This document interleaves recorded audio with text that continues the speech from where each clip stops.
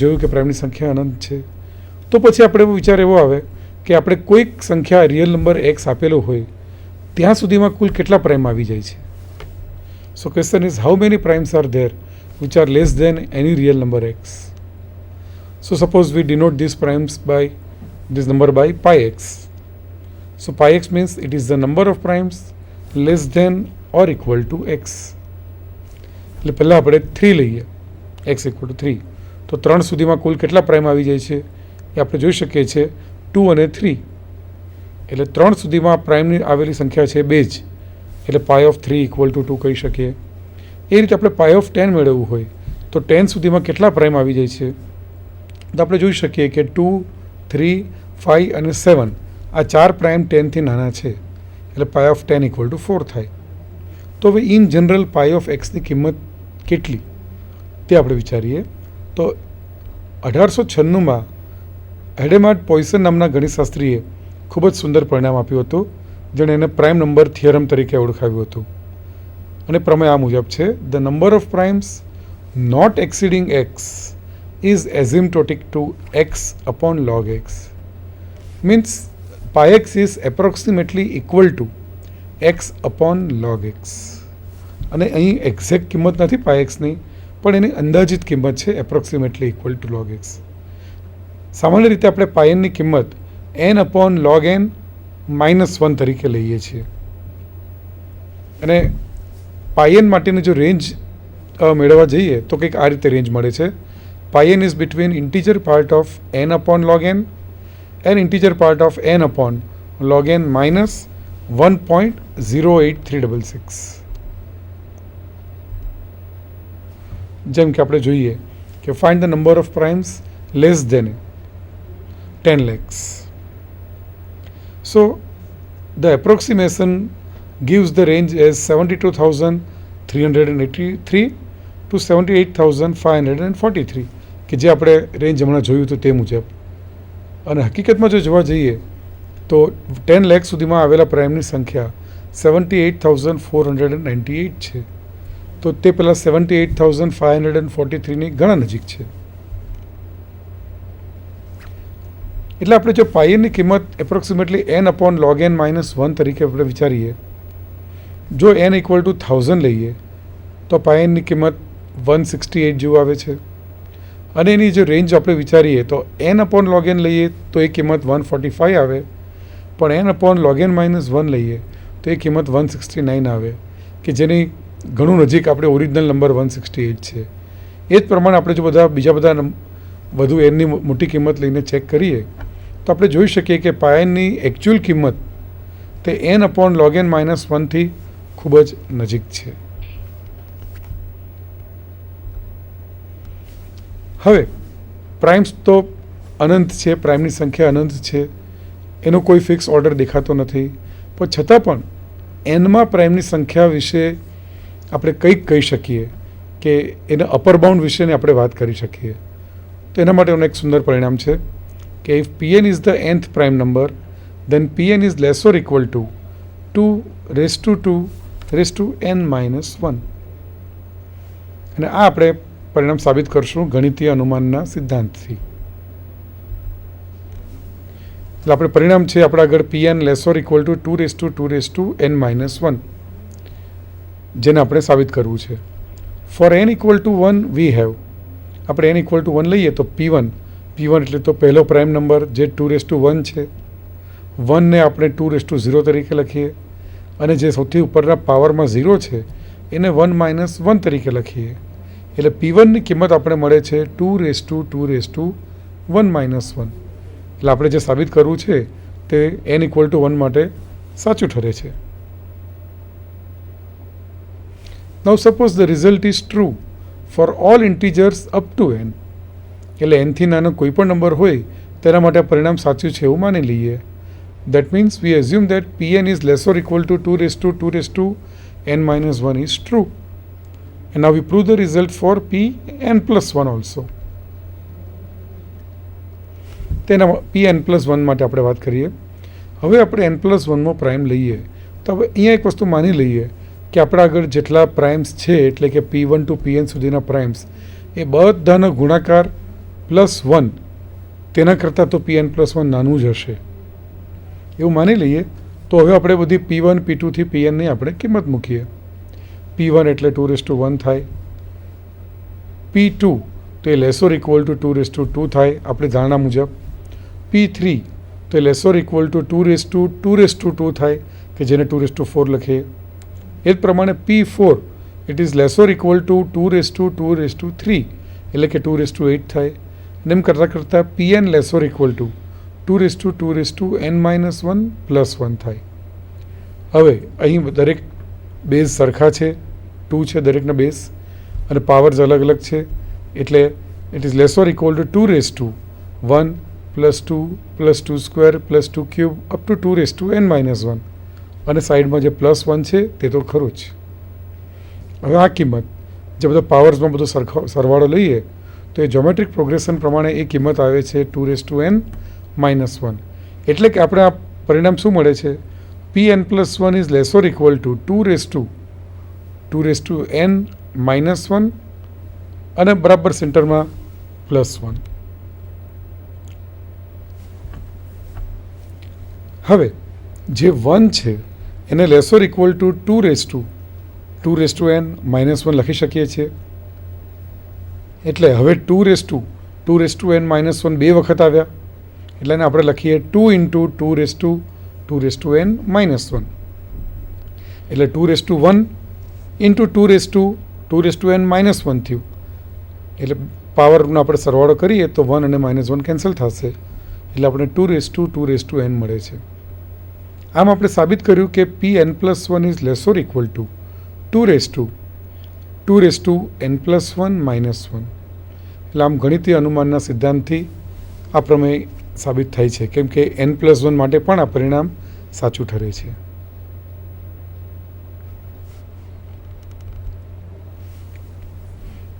Fermat numbers. French mathematician Pierre de Fermat incorrectly conjectured that all the numbers of the type fn equal to 2:2n +1 are primes, where we can take n as 0, 1, 2 or anything. But he was not always right. He called such numbers as Fermat numbers. So if fn equal to 2:2n +1 is prime, then we say that it is a Fermat prime. હવે સવાલ એ છે કે શું દરેક n માટે જે આપણે f1, f2, f3, f4, f5 વગેરે મળશે તે શું દરેક ફર્મા પ્રાઇમ જ છે? તો અહીંયા આપણે લિસ્ટ જોઈ શકીએ છીએ. f0ની કિંમત 3 આવે, f1ની કિંમત 5 આવે છે, f2ની કિંમત 17 આવે છે. એટલે એમ કરતાં કરતાં જે ફર્મા નંબર્સ છે એ ખૂબ જ ઝડપથી વધી રહ્યા છે અને આમાં બધા જ પ્રાઇમ છે કે નહીં તે ફર્માની ધારણા મુજબ તો બધી જ સંખ્યાઓ પ્રાઇમ નંબર્સ જ હતી. પણ 1732માં યુલરે પ્રૂવ કર્યું કે જે પાંચમો ફર્મા નંબર હતો f5 એટલે કે 2:32 + 1 એ પ્રાઇમ સંખ્યા ન હતું એટલે કે કમ્પોઝિટ હતું. યુલરે બતાવ્યું કે 2:32 + 1 was divisible by 641. તમે પડદા પર જોઈ શકો છો કે 2:32 + 1 = 641 × 6700417 થાય છે. એટલે કે ફર્માની જે ધારણા હતી તે સાચી ન હતી, એટલીસ્ટ આ n = 5 માટે. બાકીની કઈ સંખ્યા એવી છે કે જેના માટે ફર્માની ગણતરી ખોટી પડે છે? So we now know that Fermat numbers from 5th to 32nd are all composite, as well as there are 200 large Fermat numbers which are also composite. Most of these numbers have been proved to be composite through finding factors of such numbers. એના જ કનેક્શનમાં આપણે બીજી વાત કરીએ મર્સેન primes. Marin Mersenne claimed that 2p-1 was prime for the values of prime as 2, 3, 5, 7, 13, 17, 19, 31, 67, 127 and 257 and for no other numbers in this range. His conjecture resulted in primes of the form 2p minus 1, and it is named as now Mersenne primes. એના formal definition જોઈએ Mersenne primeની. A prime number of the form 2 raised to n minus 1 is called a Mersenne prime if number n itself is a prime. For example, if we consider prime number n equal to 2, then we get 2 raised to n minus 1 means 2 square minus 1 equal to 3. So 3 is a Mersenne prime. કેમકે પાવરમાં જે n ને n prime number હોય તો 2 raised to n minus 1 prime થાય એવા પ્રાઇમને આપણે Mersenne prime કહીએ છીએ. એટલે અહીં 3 એ Mersenne પ્રાઇમ છે. એટલે m2 આપણે એને જો કહીએ એટલે m2ની કિંમત 3 મળે છે. એ રીતે તમે જોઈ શકો છો પડદા પર m3 એટલે 7, m5ની કિંમત 31 આવે છે, m7ની કિંમત 127 આવે છે. આ બધા જ પ્રાઇમ નંબર્સ છે. પણ જો m11 લઈએ તો એ કમ્પોઝિટ નંબર છે કે જેનો ફેક્ટર પડે છે 23 into 89. એ પ્રમાણે m17 અને આગળ વધી m13 પણ જો લેવા જઈએ તો એ બધા જ આપણે પ્રાઇમ નંબર્સ મળે છે. Mersenne પ્રાઇમ સાથે સંકળાયેલી એક સંખ્યા છે perfect number. A perfect number is a number which is equal to the sum of its factors. જેમ કે આપણે નંબર 6 લઈએ.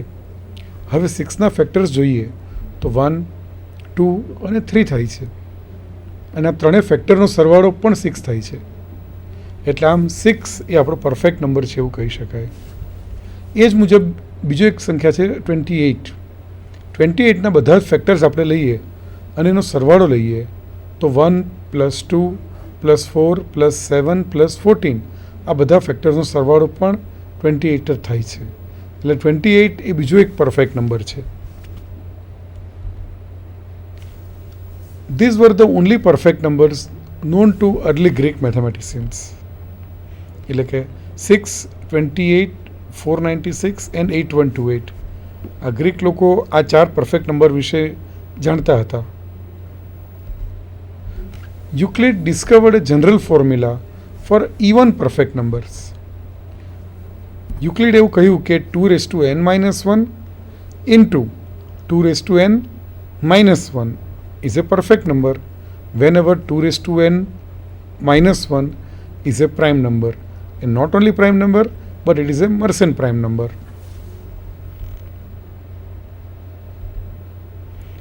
So for n equal to 2, 3, 5 and 7 we get perfect numbers as 6, 28, 496 and 8128 કે જે આપણા પહેલા 4 પરફેક્ટ નંબર્સ છે. Fifth number perfect number is quite a large number for n equal to 13. We note that 2 raised to 11 minus 1 it is not a prime number because 2 raised to 11 minus 1 is 2047 and it can be factored as 23 into 89. So it is a composite number. Here the factors of 2 raised to n minus 1 are given.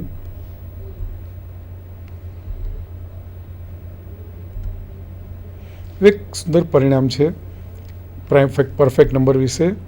સમયના અભાવે ફક્ત આપણે એનું statement જોશું અને એની સાબિતી આપણે પછી કોઈક વાર જોશું.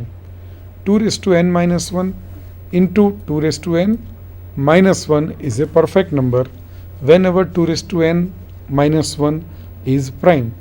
જે પરિણામ યુક્લિડે આપ્યું હતું અને ફક્ત એની સાબિતીની આઉટલાઇન આપ જોઈ શકો છો.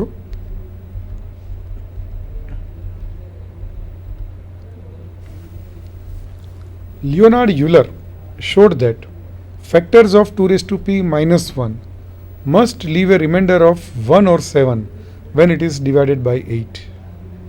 So this reduces the number of factors by roughly 50%, that is half.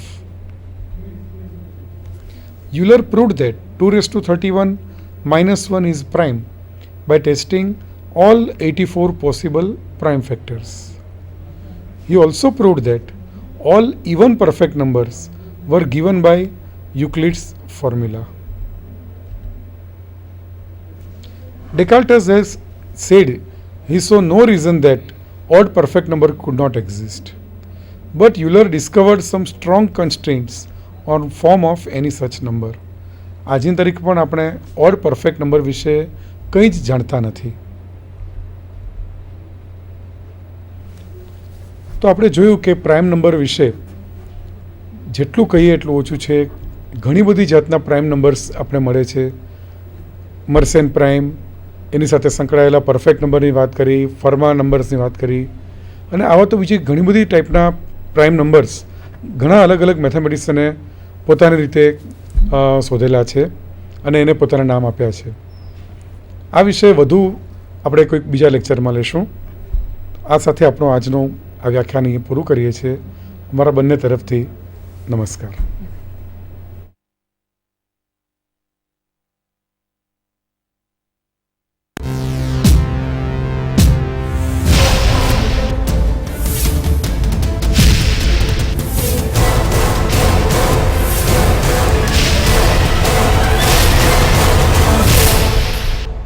Sandhan,